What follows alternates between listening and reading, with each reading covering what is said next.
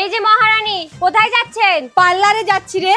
আবার বরের পকেট থেকে ঝেপেছিস? দেখ, একদম বাজে কথা বলবি না। আমি বরের কাছে কাজ করব, বর মাইনে না দিলে ঝাপবো না। তুই আবার বরের কাছে কি কাজ করিস? কেন? বউয়ের কাজ।